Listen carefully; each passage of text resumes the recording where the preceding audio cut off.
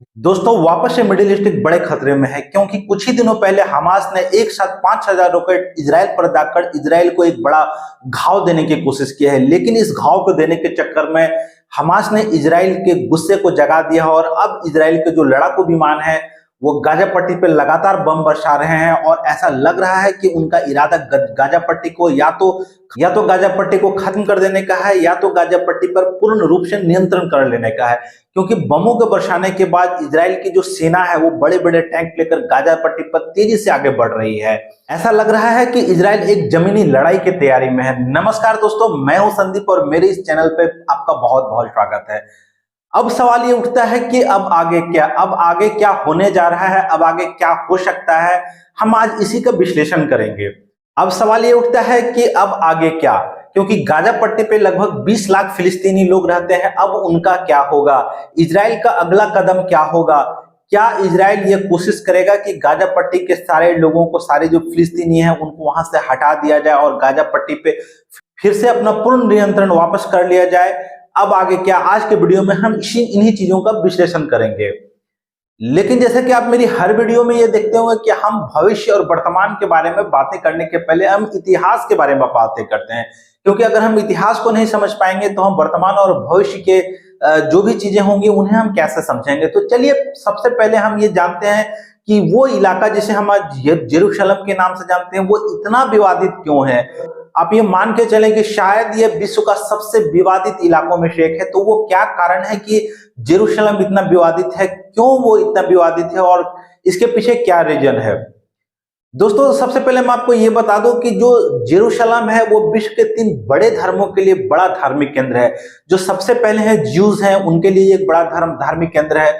इसके बाद जो है वो मुस्लिम्स है, मुस्लिम्स के लिए भी एक बड़ा धर्म का केंद्र है और ईसाइयों के लिए भी एक बड़ा धार्मिक केंद्र है। तो ये जो जगह है जेरूशलम, इस पर नियंत्रण करने को लेकर के तीनों धर्म हमेशा से हजारों सालों से लड़ते आ रहे हैं। अभी हम इन धर्मों के धार्मिक इतिहास को समझने की कोशिश करते हैं। सबसे पहले आते हैं ज्यूस के बारे में जानने की कोशिश करते हैं। तो जो ज्यूस है उनके धर्म में ऐसी मान्यता है, जो उनके भगवान थे अब्राहम की भूमि से ये जुड़ा हुआ है। क्योंकि ज्यूस ऐसा मानते हैं कि भगवान ने स्वयं अब्राहम को यह आदेश दिया था कि तुम और तुम्हारे आने वाली पीढ़ियां यहीं पर निवास करेंगे। इसके पीछे भी एक बहुत अच्छी स्टोरी है।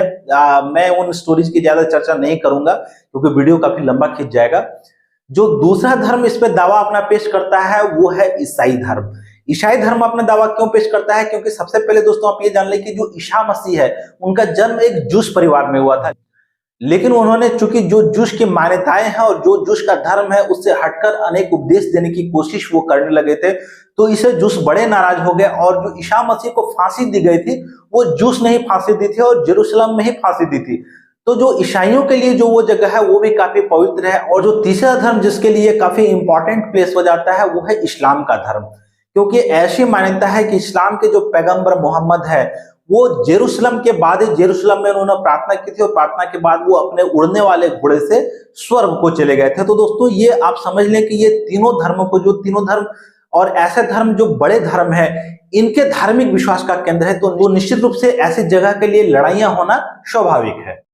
दोस्तों अब स्टोरी में आगे बढ़ते हैं और इजराइल के फॉर्मेशन को समझते हैं। जब द्वितीय विश्व युद्ध हो रहा था तो जो जूस है उन्होंने खुलकर ब्रिटेन का साथ दिया था और इस उम्मीद में साथ दिया था कि अगर ये युद्ध ब्रिटेन जीत जाता है, जो हमारी ख्वाहिश है कि हम एक स्वतंत्र देश का निर्माण कर सके जहां जूस बिना किसी अत्याचार, बिना किसी आतंक के रह सके, शायद वो सपना पूरा होने जा रहा है। क्योंकि दोस्तों ये सच्चाई है कि जब द्वितीय विश्व युद्ध चल रहा था तो जूस यूरोप के विभिन्न देशों में बसे हुए थे, उन पर काफी अत्याचार हुए। अत्याचार होने का एक बहुत बड़ा रीजन ये भी था कि लोग ऐसा मानते थे कि ईसा मसीह की जो हत्या हुई है उसके लिए जूस दोषी है। और काफी लोग ये आज भी मानते हैं कि ईसा मसीह की हत्या के लिए जूस दोषी है।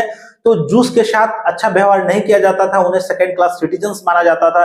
कई जगहों पे उनकी नागरिकता, जैसे जर्मनी का उदाहरण ले ले, जर्मनी में उनकी नागरिकता छीन ली गई और उन पर रियली काफी अत्याचार हुए। तो जूस लोगों की ये काफी लंबे समय से ख्वाहिश थी कि उनके लिए एक स्वतंत्र देश का निर्माण किया जाए जहां जूस बिना किसी डर, बिना किसी भय के रह सकें।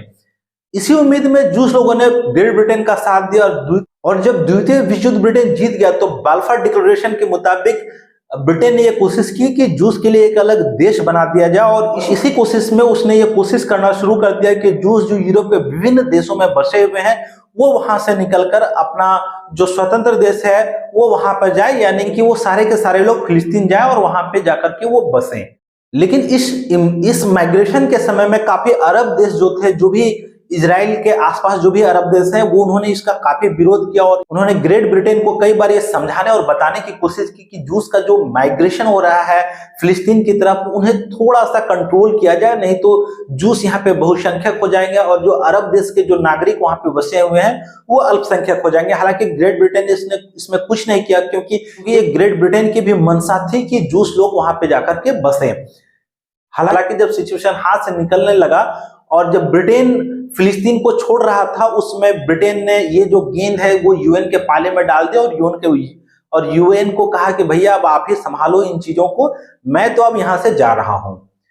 यूएन में एक रेजोल्यूशन पास हुआ जिसमें 2 स्टेट्स को मान्यता दी जानी थी। एक स्वतंत्र देश के रूप में इजराइल को भी मान्यता दी गई और एक स्वतंत्र देश के रूप में पैलेस्टीन को भी मान्यता दी गई। हालांकि इन चीजों के पहले ही इजराइल ने 1948 में अपने आप को एक स्वतंत्र देश घोषित कर दिया, क्योंकि अरब के देश काफी नाराज थे इजराइल से और जैसे ही ब्रिटेन उस जगह को छोड़कर गया, अरब देशों ने आक्रमण कर दिया इजराइल, लेकिन इजराइल इस युद्ध में विजयी हो गया। तो आते हैं प्रेजेंट सिनेरियो में कि अभी क्या हो रहा है। तो 7 अक्टूबर के दिन क्या हुआ कि हमास ने लगभग 5000 रॉकेट्स जो है वो इजराइल में दागे। उसने न केवल रॉकेट्स इजराइल में दागे, लगभग अपने 5000 लड़ाकों को भी उसने इजराइल की सीमा के अंदर प्रवेश करवा दिया। और वो जो लड़ाके थे उन्होंने इजराइल के आम नागरिकों को निशाना बनाया, उन्होंने ओपन फायर किया, इसमें हजारों नागरिकों की मौत हो गई। दोस्तों आप ये जानते होंगे कि इजराइल अपने दुश्मनों को न भूलता है और न माफ करता है। इस घटना के बाद इजराइल ने प्रतिशोध लेने की ठानी और लगभग 50 साल के बाद इजराइल ने युद्ध की घोषणा कर दी। और युद्ध की घोषणा करने के साथ ही इजराइल के जो लड़ाकू विमान है उन्होंने गाजा पट्टी पे बम बरसाने शुरू कर दिए और इतने खतरनाक तरीके से उन्होंने बम बरसाने शुरू कर दिए दोस्तों की गाजा पट्टी के कई इलाकों को आज की तारीख में जमींदोज कर दिया गया है। और गाजा पट्टी के नागरिकों को यह बताया जा रहा है कि आप गाजा को छोड़ दो और साउथ की ओर जाए, नहीं तो हम इस जगह को अपने नियंत्रण में लेने जा रहे हैं। हालांकि इजराइल का कहना है कि जो हमास के आतंकवादी है वो सुरंगें बनाए हुए हैं गाजा पट्टी में, और जब तक हम गाजा पट्टी को नियंत्रण में नहीं लेंगे तब तक हमास के आतंकवादियों का हम खात्मा नहीं कर पाएंगे। वो ये कहते हैं कि हमारा आम नागरिकों से कोई लेना देना नहीं है, अंततः जब युद्ध होता है तो दोस्तों नागरिक तो आम ही मारे जाते हैं। अब इस सवाल ये उठता है कि ये युद्ध जो हजारों सालों से चला आ रहा है, इसका कोई सोल्यूशन है भी या ये यूं ही इसी तरह से चलता चला जाएगा। तो दोस्तों इसके सोल्यूशन के लिए कई सारे थ्योरीज दिए गए हैं, अलग अलग थ्योरी दी गए हैं कि इस तरीके से इसका सोल्यूशन हो सकता है या इस तरीके से इसका सोल्यूशन हो सकता है। तो चलिए आज हम इस विश्लेषण में ये भी जानने की कोशिश करते हैं कि ये जो प्रॉब्लम है इसका सोल्यूशन क्या हो सकता है। जो पहला सोल्यूशन दिया जाता है वो है one state theory. One state theory में ये बताया जाता है कि आज के तारीख में जो इजराइल है और जो पैलेस्टीन है ये दोनों मिलकर एक देश बन जाए, क्योंकि डिफैक्टो ये एक ही देश है, ये दोनों एक ही हाईवे नेटवर्क का यूज करते हैं, ये दोनों एक ही एयरपोर्ट का यूज करते हैं, ये दोनों एक ही पावर ग्रिड का यूज करते हैं और कई सारी ऐसी चीजें हैं जो एक ही वो यूज करते हैं। तो जब वो लोग एक ही चीजों को यूज करते हैं तो क्यों ना दोनों देशों को मिलाकर जो कॉन्फ्लिक्ट है उसे खत्म कर दिया जाए और दोनों देश मिलकर एक ही देश बने जो एक लोकतांत्रिक देश हो, जहां हर धर्म के लोग, चाहे वो जूश हो चाहे वो मुस्लिम हो, उन्हें प्रॉपर सम्मान दिया जाए, उन्हें इसका प्रॉपर अधिकार दिया जाए। लेकिन दोस्तों इसके लिए कोई भी तैयार नहीं है, ना इसके लिए इजराइल तैयार है, क्योंकि वो ये मानता है कि हमारी जो जूस की जो स्वतंत्र धार्मिक आस्था है वो खत्म हो जाएगी, और इसके लिए फिलिस्तीन भी तैयार नहीं है। इसके लिए जो दूसरी थ्योरी दी जाती है इस युद्ध को या इस कॉन्फ्लिक्ट को समाप्त करने के लिए जो दूसरी थ्योरी दी जाती है वो 2 स्टेट थ्योरी, जो ज्यादातर देश मानते हैं। इवन इंडिया भी ये मानता है कि 2 state theory is the best और इसी थ्योरी से इस समस्या का समाधान कर लिया जाना चाहिए। तो आज जानते हैं कि 2 स्टेट थ्योरी क्या है। 2 स्टेट थ्योरी वही है कि हम इजराइल और फिलिस्तीन दोनों अलग अलग देशों को मान्यता प्रदान कर दें और आज के तारीख में जहां जिसका कब्जा है, नियंत्रण है, उसको अंतर्राष्ट्रीय सीमा रेखा मान लिया जाए और दोनों देश एक दूसरे के सहअस्तित्व को स्वीकार करें और इसी तरह आगे बढ़े। दोस्तों जो 1993 में ओस्लो अकॉर्ड हुआ था, उस अकॉर्ड में इसी द्विराष्ट्र के मान्यता को स्वीकार किया गया, क्योंकि इसकी मान्यता को इजराइल ने भी स्वीकार की, उसकी मान्यता को पीएलओ ने भी स्वीकार की।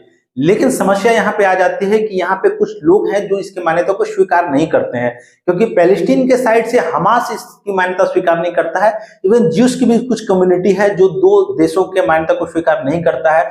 दोनों ही देश के कुछ ऐसे एक्सट्रीमिस्ट लोग हैं जो ये चाहते हैं कि जो इजराइल के साइड के लोग हैं वो चाहते हैं कि पूरे फिलिस्तीन पे हमारा कब्जा हो जाए, और जो फिलिस्तीन के एक्सट्रीमिस्ट लोग हैं वो चाहते हैं कि पूरे इजराइल पे हमारा कब्जा हो जाए।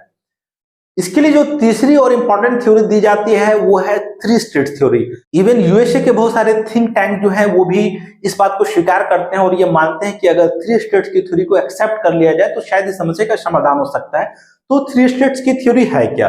थ्री स्टेट्स की थ्योरी मेनली हमें ये बताती है जो फिलिस्तीन के इलाके हैं जिन पे फिलिस्तीन का नियंत्रण है वो उस पे उसका नियंत्रण रहे, जो इजराइल के इलाके हैं उस पे इजराइल का नियंत्रण रहे। अब जो दो इलाके हैं वेस्ट बैंक और गाजा पट्टी, जो आज की तारीख में आप यूं मान लें कि स्वतंत्र देश की तरह व्यवहार करते हैं, तो जो गाजा पट्टी है उस पे इजिप्ट का नियंत्रण हो जाए। इजराइल को युद्ध हुआ था, उस युद्ध के पहले जो गाजा पट्टी है उस पे इजिप्ट का नियंत्रण था और जो वेस्ट बैंक है उस पे जॉर्डन का नियंत्रण था।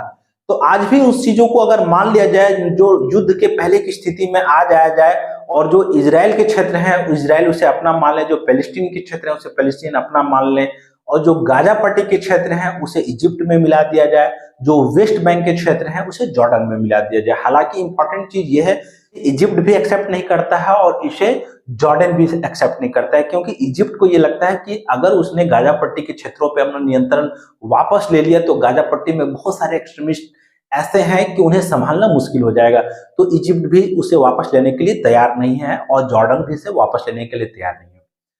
अब सवाल ये उठता है कि इसका फाइनल सॉल्यूशन क्या होना चाहिए। तो दोस्तों मेरा अपना स्वतंत्र विचार ये है कि जो टू स्टेट्स की थ्योरी है जिसे ज्यादातर लोग एक्सेप्ट करते हैं, इवन इंडिया एक्सेप्ट करता है, यूएस एक्सेप्ट करता है, ज्यादातर जो नागरिक हैं इजराइल के, ज्यादातर नागरिक जो पैलेस्टीन के हैं वो भी इसे एक्सेप्ट करते हैं, इसे ही एक्सेप्ट कर लिया जाना चाहिए ताकि जो युद्ध है, जो युद्ध की विभीषिका है, इसका अंत हो सके।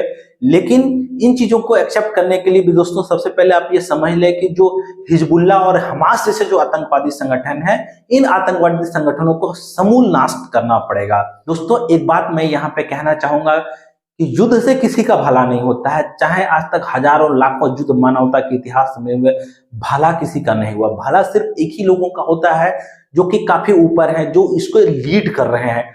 बाकी जो सफरर हैं वो इसके आम जनता हैं। आज की तारीख में अगर आप इजराइल की कुछ तस्वीरें देखें या गाजा पट्टी की उसके बाद की तस्वीरें देखें तो तस्वीरें आपको विचलित कर देंगी। तो दोस्तों हम सब की यही कामना होनी चाहिए, जो मानवता का भविष्य हो उसमें युद्ध की कोई भी जगह नहीं हो, युद्ध की विभीषिका की कोई भी जगह नहीं हो, तभी हम एक शांतिपूर्ण विश्व का निर्माण कर सकेंगे। दोस्तों thank you very much for watching this video. Please don't forget to like, share and subscribe if you want such type of content. Thank you very much.